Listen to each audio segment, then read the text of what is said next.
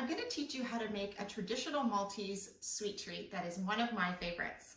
I grew up with these every Easter and was always excited to see what design my Nana would create for me. And as I got older, designing different ones with my kids. So we're making Maltese Figolli cookies. They're typically large and they're traditionally in a shape of a bunny or an Easter egg or a basket or a fish. You can also do a mermaid or a lamb, anything you want. That's the nice thing about these cookies. You can also make smaller sized ones, more individual. So I'm going to show you how to do both today. So first up is the dough, making of the dough. So we're going to start with some flour. So we're going to take 4 cups of all-purpose flour. I've already measured it out, and we're going to sift it just to get rid of any clumps. So I'm just going to put this in a larger bowl.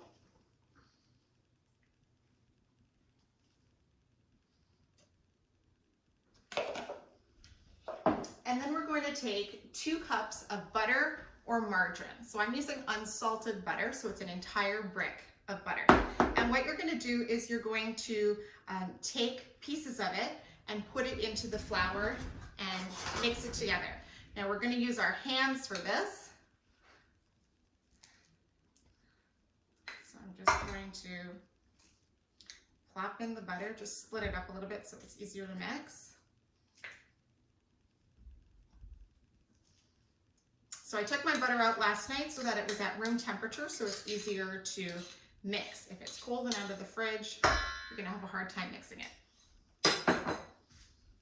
So I'm gonna start like this, but you can totally start just with your hands right from the beginning. So I'm just cutting the butter into the dough, and we're going to try and make it sandy or gritty as we combine the two.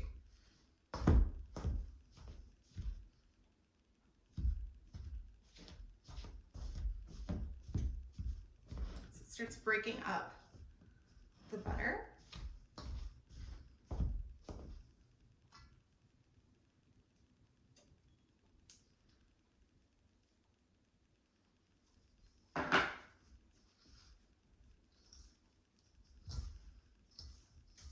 So you just want to make sure that all of the flour is getting in with the butter and you don't have large chunks of flour on its own. So that's what it's starting to look like, very sandy and gritty. Now to form the dough, we're going to start adding the liquids. So first we're going to start with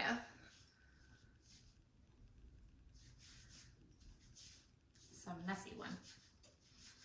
First we're going to start with 4 egg yolks. So I already separated my eggs, so I have the yolks here. I separated the whites into another bowl because we're going to use that later for the filling.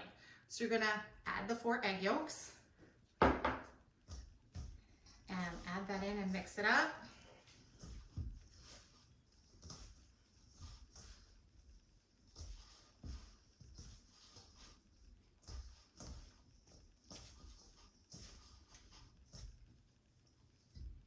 And then we're going to add 2 cups of granulated white sugar. So I have that measured already. There's a lot of sugar in this recipe. It's very sweet. So this is the point where you're going to start seeing it look more like dough.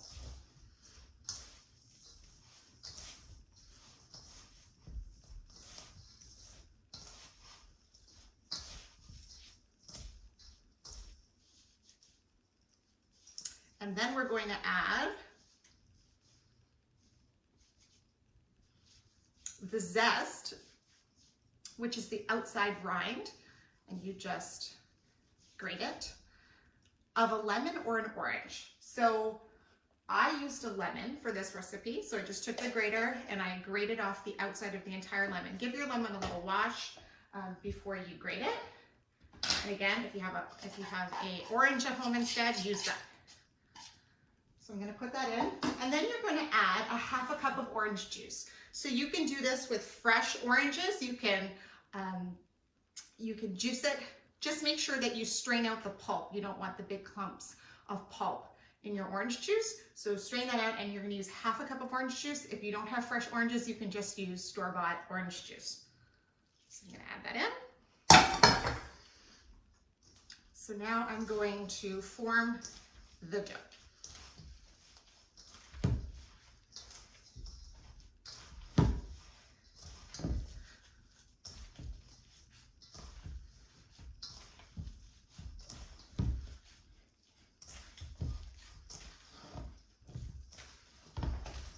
So to get this into a nice dough ball,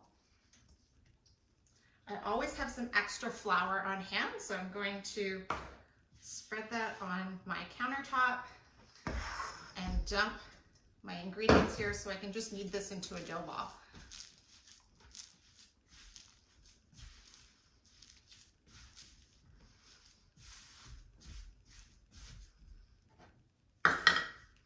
So if your hands are very wet, I would suggest putting some flour on them to help you form the dough. So you're just gonna knead it back and forth. Make sure you get all the loose ingredients that might not yet be incorporated with the liquid parts. And then this is going to sit for an hour. So what I'm gonna do is I'm just gonna separate it to make 2 smaller dough balls to store.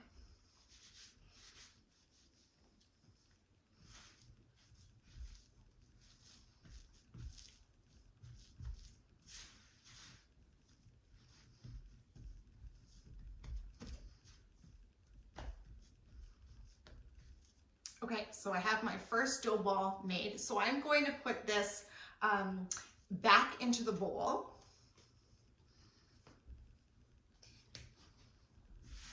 And work on the second one. And then I'm gonna cover it with plastic wrap and put it in the fridge for an hour. When you chill the dough, it's just gonna help it to stick together. And then it'll be ready for rolling out. So there's my second dough ball. So they're both in there, ready to go in the fridge for 1 hour. And make sure you cover it with plastic wrap.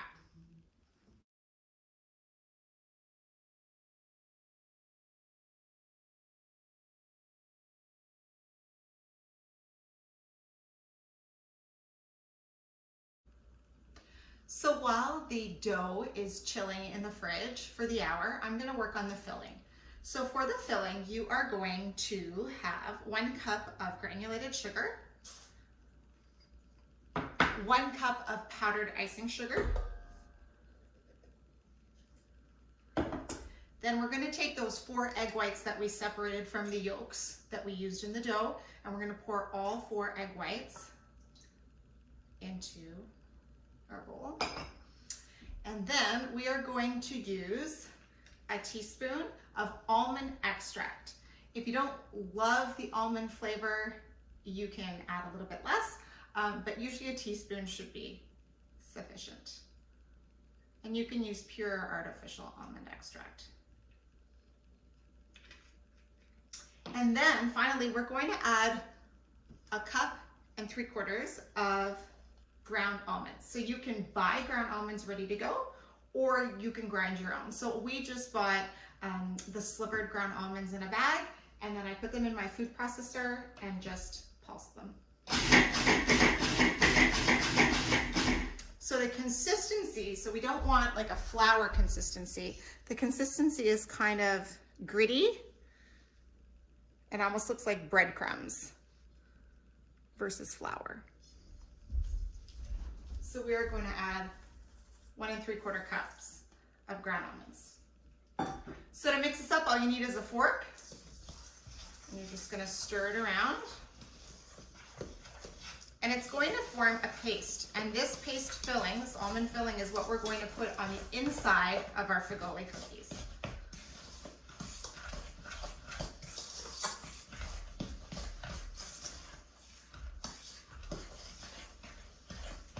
I don't usually use whole almonds to grind. I use the ones that have the skin removed.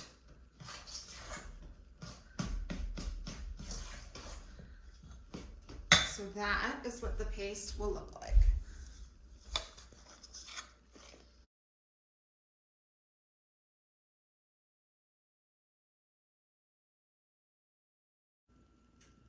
So now we're ready for the fun part, making our shapes on the figolli. So I have an assistant for this part. My daughter Haley is going to help out. So I took the dough out of the fridge. It had been in there for the hour, and so it's a little sticky. It's hard on the outside, a little softer on the inside. So what we want to do is want to make sure this is ready for rolling out. So what you're going to do is put parchment or wax paper on your countertop and just flour the top of it. And then you're going to take some flour on your hands and you're just going to knead the dough ball. If it's too wet and moist and too soft, just add a little bit more flour so that it's a nice dough consistency. So you don't want it too wet and then it's going to just keep sticking to your parchment paper or wax paper. If it's too dry, just add a few drops of water to moisten it. But you want to get a nice dough texture. And then you're going to spread it out onto the flour sheet. Add a little bit of flour. Add another piece of wax paper or parchment on top. And then take your rolling pin and you're going to want to roll this to about 1 centimeter thick.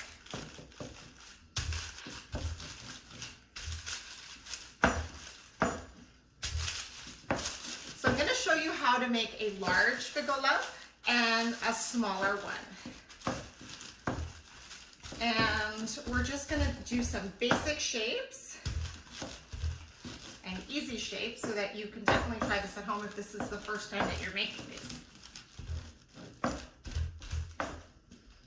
Okay.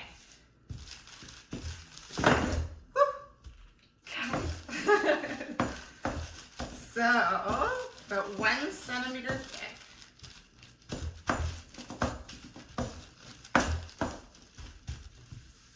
That look good? Yeah. Okay. So we're going to lift up the wax paper.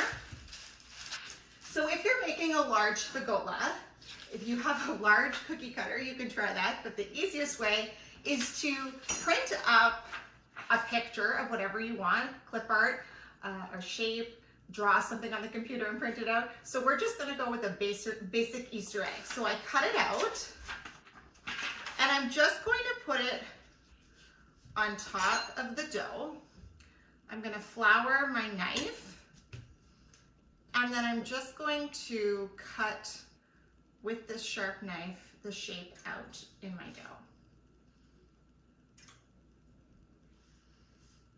dough. So this would be a job for the adults in the family, right, Haley? Yes. But Haley's gonna get to do the smaller version.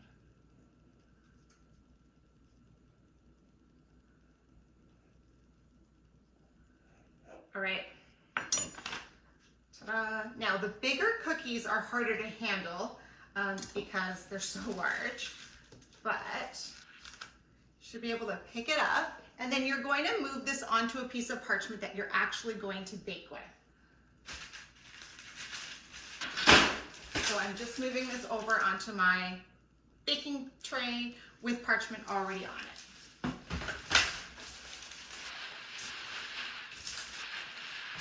So now we have to make the second part of this, right?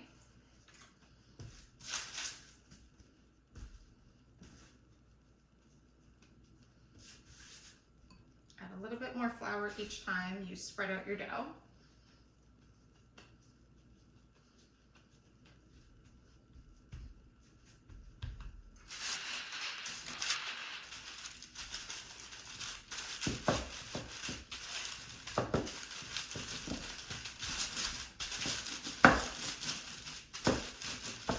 Do you smell any flavors in the dough? I think I smell orange. Orange? Yeah, there's orange juice in here. Anything else? I put a rind of lemon. Great. So again, about 1 centimeter thick.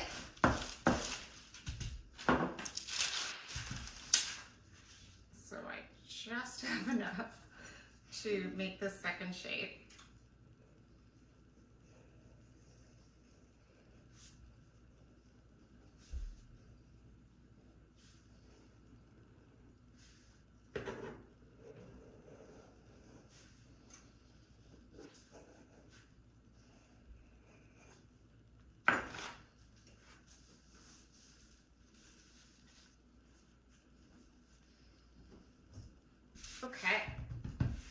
So we're just gonna put this off to the side for a second and bring over our tray. Now Haley, here's where you get to help.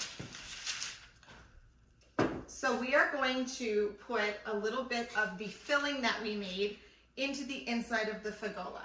So Haley, do you want to scoop up some into the middle with the spoon? Yep. Exactly. That's good. Put it right into the middle. Just wait for it to trickle. That's okay. Right here. Dumper. Yep. Get some more.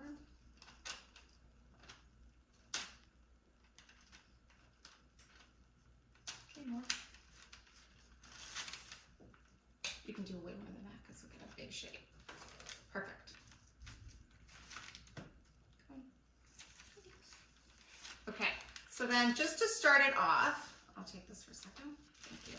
We're going to spread it out with the spoon. And you want to make sure you get a nice layer right across the entire Figolli. You don't want to go too close to the end, so you want to leave like a little margin or a little border because we have to seal the cookie. And if there's a filling right up to the edges of the cookies, when we bake it, it's going to ooze out just a little bit if it's not properly sealed everywhere. So it's going to be kind of like a pie? Kind of, like when you close the top of a pie lid, that's right. Good connection. Okay, so you're going to help me do this part? So if you put a little bit of water on your finger, Haley, want to do that too? Okay.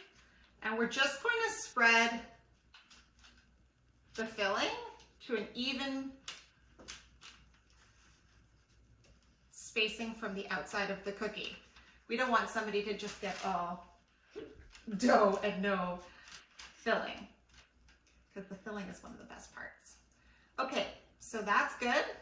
And then what we're going to do is take some water and wet the edges of the cookie. Can you help me, Haley?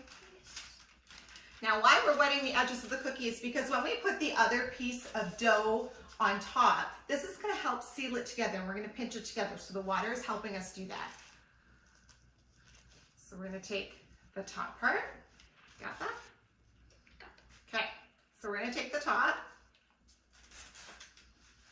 and we're going to put it on top of the cookie. And then just make sure that they line up. They should, if you use the same cutter, same shape. And then we're going to put a little bit more water on our hands, Haley, and we're going to pinch or rub down the sides so that the seam of the two cookies blend. And the water just helps stretch the dough and adhere it to one another. And that's it. And again, you can do this with all sorts of shapes. If you have shapes with intricate details, like if you were to do a bunny with ears, because there's appendages and little parts of that shape, it's a little more difficult to handle. The more solid shapes are a little bit easier, but it's doable. What shapes did we do last year? We did some lambs. Yeah. We did chicks. We did bunnies with the coconut.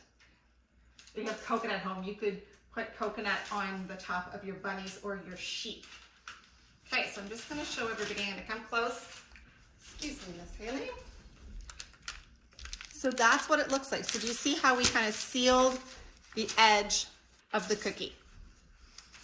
And that is ready to go. So I preheated my oven to 350 degrees, and we're going to put this in there for about 20 to 30 minutes. So it's going to depend on how large your cookie is. So if you have smaller shapes, those are going to cook a little bit quicker. So just keep an eye on it, but I would start your timer at like 15 minutes and then take a peek. It's going to turn a nice golden brown, and it could take up to 30 minutes. So this one will probably take 25 to 30 minutes just because it's large. And our smaller individual ones, which Haley's going to give a go in a second, will be a little bit less cooking time. So Haley's going to demonstrate all on her own how to do this with cookie cutters. So you can use shapes that you have at home, if you have Easter cutters, or if you just have circles or other things, hearts that you'd like to use. You can use any. Again, the smaller ones, so we have like a little cross here, these are going to be a little bit more intricate to get them to go together. But things like a flower or a heart or a circle, that's a little bit easier to connect the cookie. So Haley, which one are you going to do? Bunny. A bunny. All right, show us what to do. So first you press the cookie cutter down. Good stuff. What did we do to our cookie cutter before we put it on that? Put flour on it. Flour so that it doesn't stick, right? Super. And where are we going to put that? On the pan. Amazing. Now what? And then you do another one.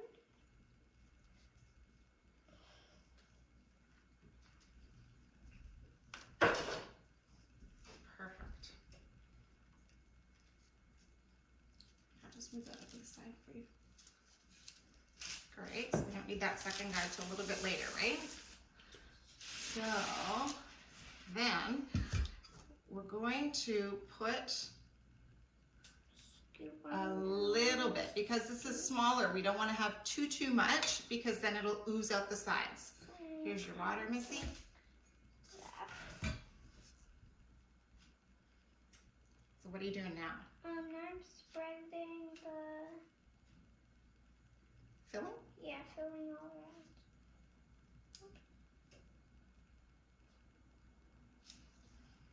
And if it starts dribbling out, just lift it and move it where you want it.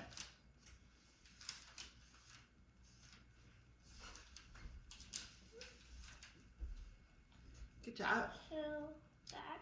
Then what do we need to do? Then we have to put the cookie But first, we're going to use the water to do the sides. The little border around the ears and the face.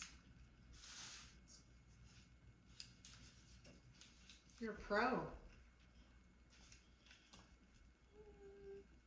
Okay, so now we're ready to put the top part on. I'll lift that up for you. You can start attaching it. Then we push it down. Then we put the water all around. That's right. Now, as you squeeze the sides of the ones with the cutters, it's going to change the shape a little bit to curve. They're not going to be straight lines like on a cutter or straight cuts, because we need to bend it over to join to the other piece underneath. But we want to seal up all the edges with some water. The dough will move where you need it to. You just want to make sure that you pinch all that down so that It will... what do we not want that filling to do? we don't want it to like fall out. Leak out, yeah. You did great. It's ready for the oven. So will this one take as long as the big one? No. No, it's a little bit smaller, and so it should probably only take 15-20 minutes. Let's do it. Yep.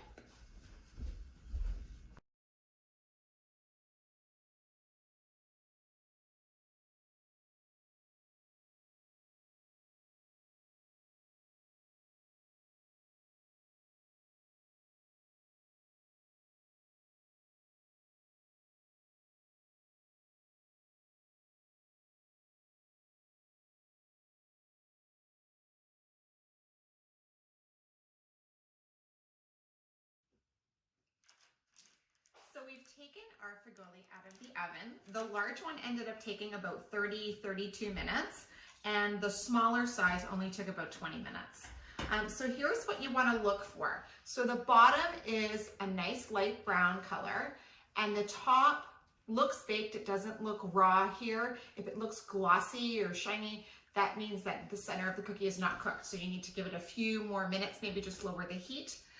So what you're going to do is let it cool for at least a half an hour, so it should be kind of room temperature to touch.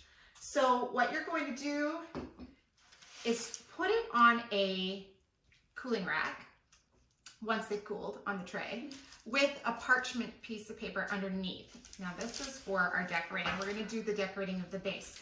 Now a little trick to get the large Figolla onto the cookie rack is to transfer it using the parchment, so sliding it, because this is very heavy but kind of flimsy because of its size, so you don't want to just lift it up where it could crack or break. So what I'm going to do is just lift it like that. And then I'm just going to slide it off the parchment. Okay? Now the reason I have the parchment underneath is because we're going to make a little bit of a mess. So to do the base coat of the Figolla, typically it's flood a color. So usually white, but if you want to use gels or food coloring to change your base color a different color, that's fine too. So the classic Maltese Figolli recipe for the flood would just be some powdered icing sugar that's sifted with some warm water. And so I'll put the recipe up after this part of the video so you can see the quantities. Or you could use a royal icing flood consistency. So I've prepared a royal icing flood consistency.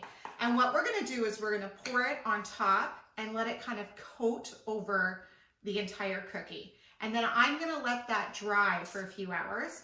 And then I'm going to add details. So let's start with that. So flood consistency means that it's going to move a little bit. So I just took a large cake spreader for icing, and I'm just moving it back and forth. Add some more. And it's okay if it goes off the sides of the cookies because you have the parchment paper underneath, and we want it to kind of be even and drizzle over the edge. This will seal it in.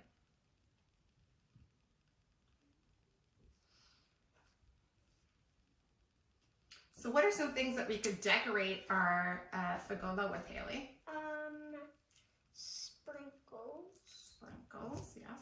Smartie chocolate.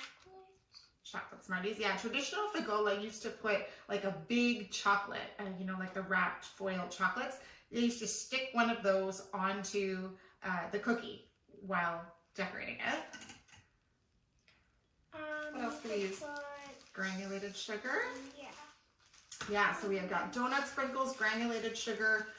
You could use mini eggs. You could use jelly beans, chocolate, whatever you want. And you would do that while you're doing this part if you're going to add toppings, because this is wet. So you're going to attach these while it's wet.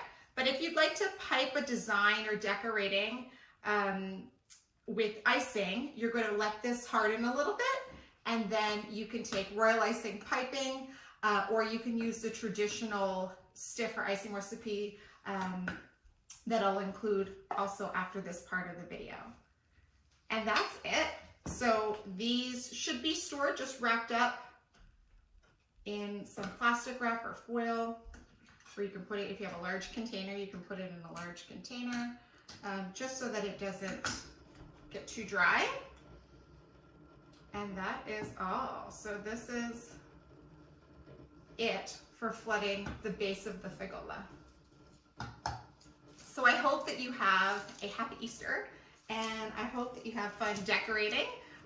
This is the most fun part for the kids, to start decorating and getting creative. So give it a go, and good luck. Happy baking.